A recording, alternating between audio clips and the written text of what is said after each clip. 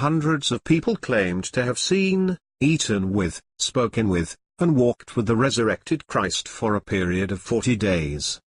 500 of these people are mentioned in Paul's letter to the church in Corinth, written in 54 AD.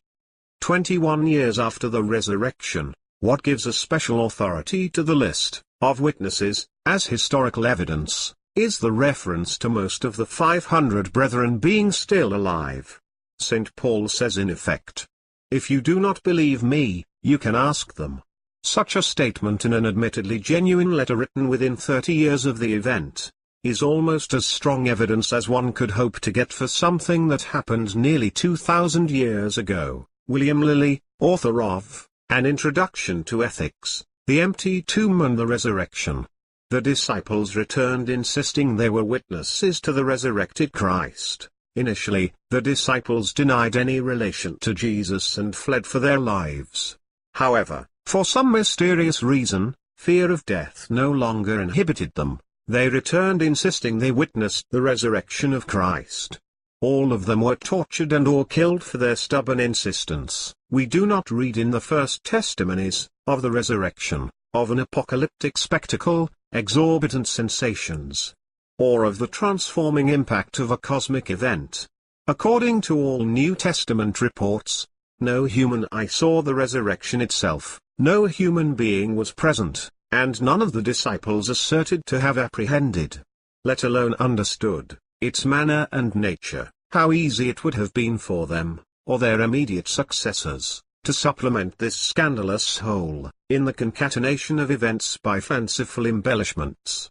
But precisely because none of the evangelists dared to improve upon or embellish this unseen resurrection, the total picture of the Gospels also gains in trustworthiness. Dr. Pinchas Lapide, Israeli historian and Jewish theologian, The Resurrection of Jesus, A Jewish Perspective, two of Jesus' brothers, who rejected Jesus' claim of divinity during his ministry, preached Jesus, their brother, was God. James and Jude were Jesus' brothers.